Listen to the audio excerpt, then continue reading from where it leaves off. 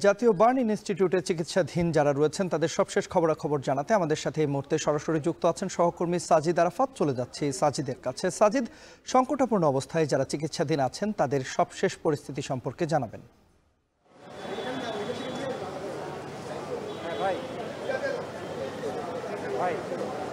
Tanmoy, milestone ট্র্যাজেডির ঘটনায় একের পর এক যে মৃত্যুর মিছিল, সেই মিছিলে আজকে আরও দুজনের নাম যুক্ত হয়েছে। একজন সপ্তম শ্রেণীর শিক্ষার্থী জারিফ এবং আরেকজন মাইলস্টোন স্কুল অ্যান্ড কলেজের যে অফিস সহকারী ছিলেন মাসুমা বেগম, তিনি। আজকে সকাল 9:10 জারিফ মৃত্যুবরণ করেন বলে আমরা জানতে পেরেছি। তিনি আইসিইউতে চিকিৎসাধীন ছিলেন এবং পরবর্তীতে 10টার কিছু পরে মাসুমা মারা যান বলে কর্তৃপক্ষের কাছ থেকে আমরা জানতে পেরেছি। এবং এই দুজনের মরদেহ ইতিমধ্যে তাদের যে পরিবার, সেই পরিবারের সদস্যদের কাছে হস্তান্তর করা হয়েছে।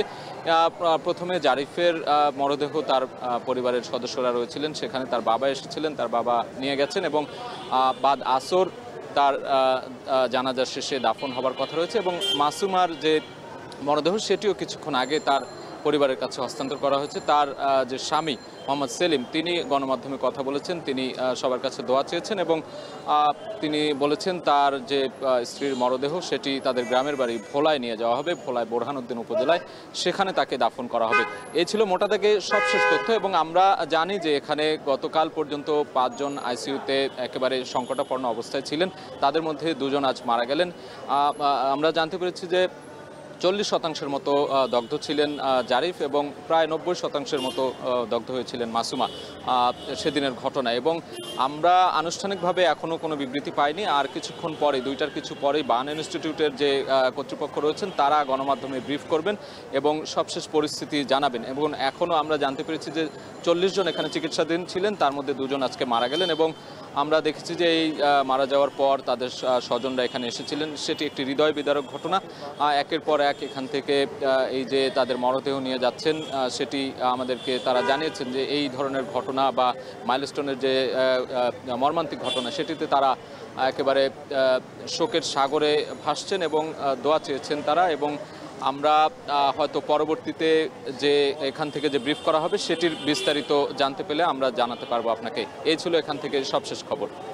সাজিদ, নিশ্চয়ই পরবর্তী ঘন্টায় আমরা আবারও আপনার সঙ্গে যুক্ত হবো, সে সময় নিশ্চয়ই আর নতুন তথ্য জানতে পারবো। দর্শক, জাতীয় বার্ন ইনস্টিটিউট থেকে মাইলস্টোন ট্র্যাজেডিতে যারা আহত হয়ে চিকিৎসাধীন রয়েছেন তাদের সবশেষ খবরাখবর জানাতে যুক্ত হয়েছিলেন সহকর্মী সাজিদ আরাফাত।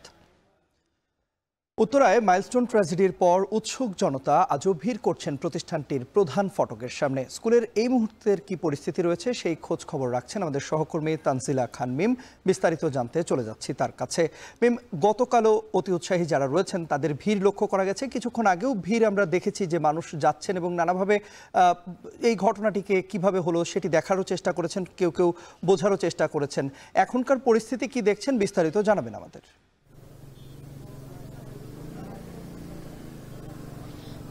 তন্ময়, এখন আসলে এই মূল ফটকের সামনে চিত্রটি দেখে আপনার মনে হতে পারে উৎসুক জনতার ভিড় হয়তো একটু কমেছে। না, যারা এতক্ষণ ধরে অপেক্ষা করেছে, মানে অনেকক্ষণ যাবৎ গেট কড়া নেড়ে যারা এখানে দায়িত্বরত সিকিউরিটি গার্ড ছিল তাদেরকে বিরক্ত করে রীতিমতো কোনো রকমভাবে তারা এখান থেকে সরেনি। গেট খুলিয়ে তারপর তারা ভেতরে ঢুকেছে।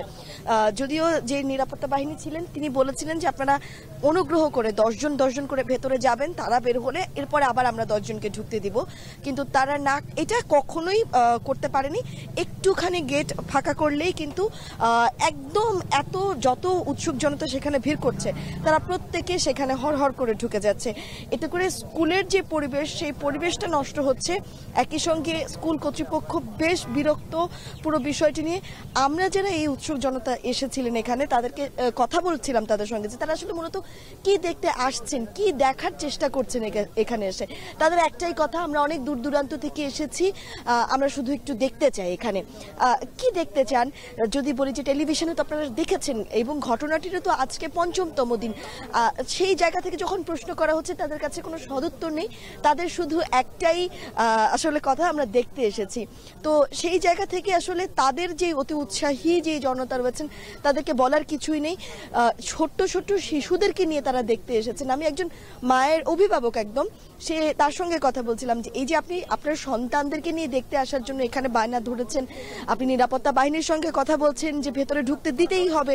তো এইটা আসলে আপনার শিশুর উপরে কোনো নেতিবাচক প্রভাব পড়বে মানসিকভাবে, আপনার কি একটু মনে হয় না সে আসলে নির্বিকার হয়ে গিয়েছে, যে মানসিকভাবে যে তার শিশু আসলে নেতিবাচক তার মধ্যেও কোনো প্রভাব পড়তে পারে এমন কোনো ধারণাই কিন্তু নেই।